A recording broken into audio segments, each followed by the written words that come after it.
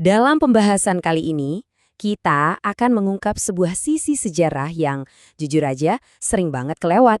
Cerita tentang para cendekiawan hebat dari Nusantara yang pemikirannya ternyata sampai mengguncang dunia. Coba deh, pejamkan mata sebentar. Kalau saya sebut sejarah Indonesia, apa sih yang langsung muncul di kepala Anda? Kemungkinan besar yang kepikiran itu ya ini, rempah-rempah yang harganya selangit, candi-candi kuno yang megah banget, kerajaan-kerajaan maritim yang jagoan di lautan, sama jalur perdagangan yang sibuk.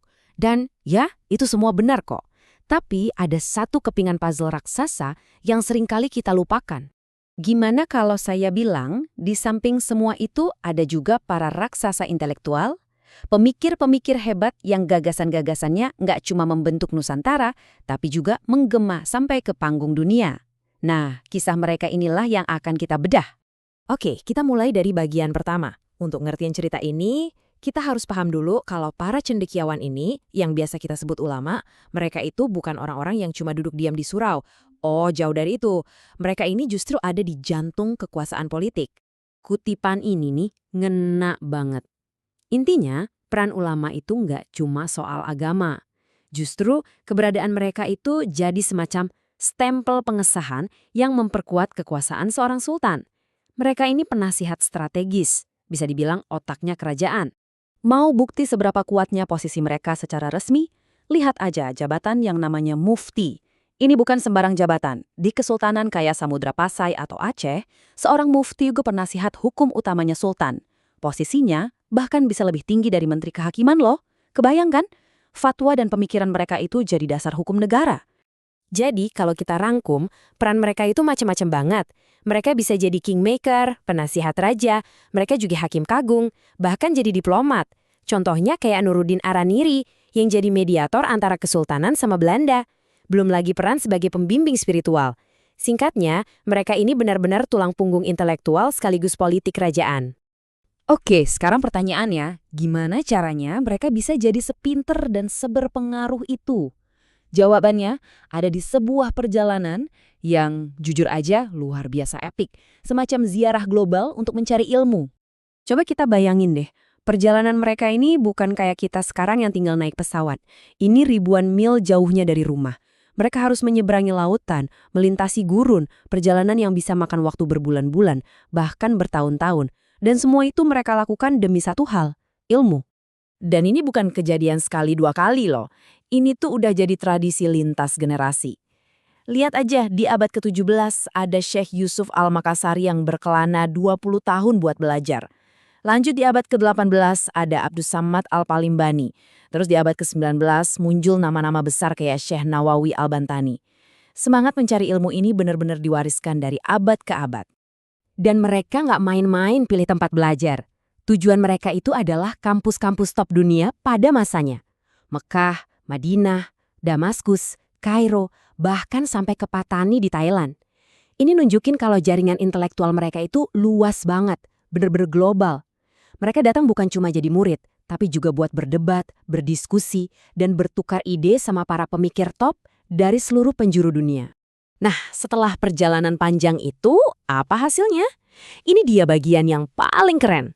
Mereka nggak cuma pulang bawa oleh-oleh ilmu, justru mereka sendiri yang akhirnya jadi sumber ilmu buat dunia. Yuk kita lihat dampaknya yang luar biasa. Ini nih salah satu puncaknya. Ada seorang ulama dari Banten, Syekh Nawawi Al-Bantani.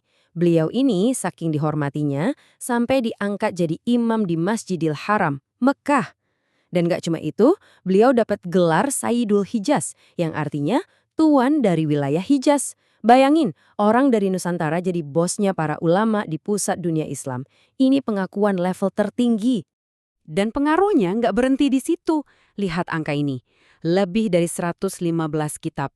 Itu karya tulis beliau, dan sampai sekarang kitab-kitab itu masih dipelajari. Nggak cuma di pesantren-pesantren Indonesia, tapi juga di Filipina, Malaysia, bahkan sampai Timur Tengah. Gila kan produktivitasnya? Bener-bener fenomenal. Kalau tadi cerita soal prestasi akademik, ada lagi nih cerita yang nggak kalah dramatis. Kisahnya Syekh Yusuf Al-Makassari. Beliau ini bukan cuma cendekiawan, tapi juga pejuang. Gara-gara melawan Belanda, beliau dibuang. diasingkan jauh banget. Pertama ke Sri Lanka, terus ke Afrika Selatan.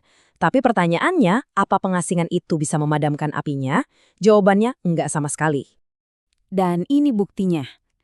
Ratusan tahun setelah Sheikh Yusuf wafat, siapa yang ngomongin beliau? Nelson Mandela. Ya, Nelson Mandela sendiri. Beliau bilang kalau Sheikh Yusuf, seorang ulama dari Goa, Indonesia, adalah salah seorang putra terbaik Afrika. Bayangkan, beliau jadi pahlawan nasional di negara lain. Ini bukti warisan beliau melampaui batas negara dan zaman. Oke, jadi mereka ini hebat di panggung dunia. Tapi yang paling penting, pengaruh mereka itu tidak berhenti di sana. Justru warisan intelektual mereka itu ibarat benih yang mereka tanam yang kemudian tumbuh jadi pohon besar, yaitu bangsa Indonesia modern. Mau lihat benangnya secara langsung? Ini dia. Ada seorang guru hebat, namanya Kiai Soleh Darat. Beliau ini salah satu dari jaringan ulama global itu. Dan tahu siapa murid-muridnya? Nggak main-main. KH Hashim Asy'ari, pendiri Nahdlatul Ulama. Dan KH Ahmad Dahlan, pendiri Muhammadiyah. Gila kan? Dua organisasi Islam terbesar di Indonesia yang anggotanya jutaan orang, itu ternyata akarnya dari guru yang sama, dari tradisi keilmuan global yang sama. Dan warisan mereka itu nggak cuma di satu bidang, benar-benar beragam.